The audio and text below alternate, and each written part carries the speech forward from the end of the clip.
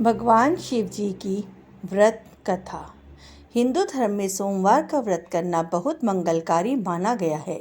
इस दिन बाबा भोलेनाथ और माता पार्वती की पूजा की जाती है। हिंदू शास्त्रों में सोमवार के व्रत के बहुत सारे व्याख्यान मिलते हैं। इस दिन सुबह जल्दी उठकर और नित्य क्रियाओं से निवृत्त होकर शिव जी को जल चढ़ाया जाता है। जल चढ़ाने के साथ उन्हें बेलपत्र भी चढ़ाया जाता है। ऐसा कहा जाता है कि शिव जी को बेलपत्र बहुत ही प्रिय है। शिव गौरी की पूजा करने के बाद व्रत कथा सुनना ज़रूरी है। पंडित यह बताते हैं कि सोमवार का व्रत 3 पहर तक चलता है, यानी सोमवार के व्रत को संध्या तक रखा जाता है। अगर कोई सोमवार का व्रत रखना चाहता है तो वह 3 तरह से यह व्रत रख सकता है: प्रति सोमवार व्रत, सौम्य प्रदोष व्रत और 16 सोमवार का व्रत। 16 सोमवार के व्रत 3 प्रकार के हैं। भले ही ये व्रत 3 प्रकार के हैं, लेकिन इनकी पूजा विधि एक ही है। कोई भी व्रत बिना कथा सुने पूरा नहीं माना जाता, इसलिए इस दिन पूजा करने के बाद यह व्रत कथा ज़रूर सुननी चाहिए। बहुत समय पहले एक गांव में एक बहुत ही धनवान साहूकार रहा करता था। साहूकार और उसके पत्नी के जीवन में किसी भी चीज़ की कमी नहीं थी, लेकिन वे दोनों हमेशा एक समस्या को लेकर चिंता में रहते थे। समस्या यह थी कि उनका एक भी संतान नहीं था।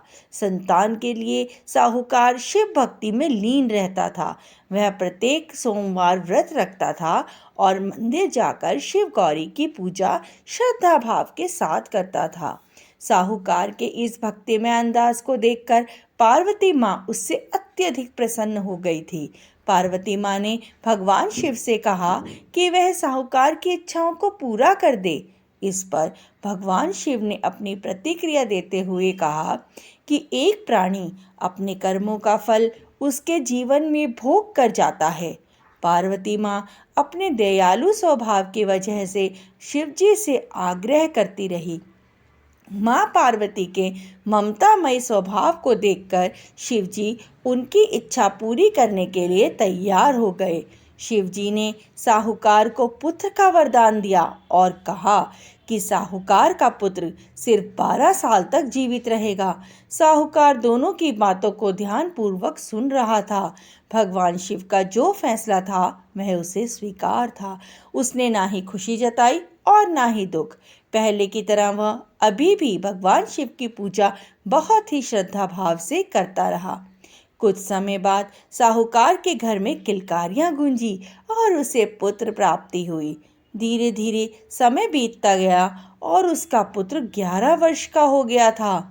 साहूकार ने अपने पत्नी के भाई को बुलाया और उसे आदेश दिया कि वह उसके पुत्र को काशी ले जाए और वहां उसे विद्या प्राप्त करवाए। साहूकार ने अपने पुत्र के मामा को झोली भर के धन दिया और कहा कि रास्ते में जाते जाते तुम यज्ञ करवाते जाना और अपने यज्ञ के दौरान वहां मौजूद सभी ब्राह्मणों को भोजन करवाना और उन्हें दक्षिणा देना। साहूकार का आदेश मिलते ही मामा और भांजे काशी जाने के लिए निकल पड़े। रास्ते में उन्होंने जहाँ भी यज्ञ करवाया वहाँ ब्राह्मणों को भोजन करवाने के साथ साथ दक्षिणा भी दिया। रास्ते में एक गांव आया जहाँ का राजा अपनी बेटी की शादी करवाने की तैयारियां कर रहा था। जिस राजकुमार से राजा की बेटी की शादी होनी थी वह कान्हा था। यह बात राजा को नहीं बताई गई थी।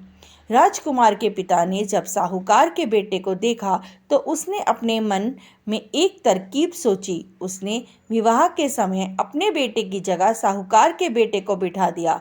साहूकार का बेटा ईमानदार था। उसने राजा की बेटी के दुपट्टे पर यह लिखा कि वह उसका होने वाला पति नहीं है, उसका होने वाला पति कान्हा है और वह तो साहूकार का बेटा है जो काशी पढ़ने जा रहा था। यह पढ़कर राजकुमारी ने अपने पिता को सारी बात बता दी, जिसकी वजह से बारात को वापस जाना पड़ा। कुछ दिनों बाद मामा और भांजे काशी पहुंच गए और वहां जाकर यज्ञ कराने लगे। जिस दिन साहूकार का बेटा 12 साल का होने वाला था उस दिन भी यज्ञ कराया गया। थोड़ी देर में साहूकार के बेटे ने अपने मामा से कहा कि उसकी तबीयत खराब लग रही है और वह अंदर सोने जा रहा है। भगवान शिव ने साहूकार के बेटे के विधि में जो लिखा था ठीक वैसा ही हुआ। अपने भांजे को मृत पाकर मामा रोने लगे। उसी दौरान माँ पार्वती और भगवान शिव वहां से जा रहे थे। अपने रास्ते में माता पार्वती ने शिवजी से कहा कि यह इंसान बहुत कष्ट में दिख रहा है, आप इसके सभी कष्ट दूर कर दीजिए। तब भगवान शिव ने देखा कि यह वही बालक है, तो उन्होंने कहा कि मेरे कहे अनुसार यह बालक ने अपने 12 वर्ष पूरे कर लिए हैं। माँ पार्वती ने ममता दिखाते हुए महादेव से बालक की आयु बढ़ाने के लिए आग्रह किया। माँ पार्वती की बात सुनकर भगवान शिव ने साहूकार के बेटे को जीवन को बढ़ा दिया। काशी से अपनी शिक्षा पूरी करने के बाद मामा और भांजे वापस अपने गांव की ओर जाने लगे। रास्ते में वही गांव आया जहां उसकी शादी कराई गई थी। मामा और भांजे ने यज्ञ कराया। उसी दौरान राजा को साहूकार का बेटा दिखा। राजा मामा और भांजे को अपने महल में ले गया और वहां से उनके साथ अपनी बेटी को विदा कर दिया। साहूकार और उसकी पत्नी अपने बेटे को देखने के लिए भूखे प्यासे उसकी राह देख रहे थे। उन्होंने यह सोच रखा था कि अगर उनको अपने बेटे के मृत होने की खबर पता चली तो वह भी अपनी जान दे देंगे। जब उनको पता चला कि उनका बेटा सही सलामत है तो वह बहुत खुश हुए। जिस दिन उनका बेटा घर आया था उस रात साहूकार के सपने में भगवान शिवजी ने दर्शन दिए थे। भगवान शिवजी ने कहा कि वह साहूकार के व्रत और कथा सुनने से बहुत खुश हुए थे, इसीलिए उन्होंने उसके पुत्र के जीवन काल को बढ़ा दिया था। इसीलिए कहा जाता है कि सोमवार का व्रत करने से और पूजा के बाद कथा सुनने से सभी मनोकामनाएं पूरी होती हैं। जय महादेव, जय भोले शंकर जी की।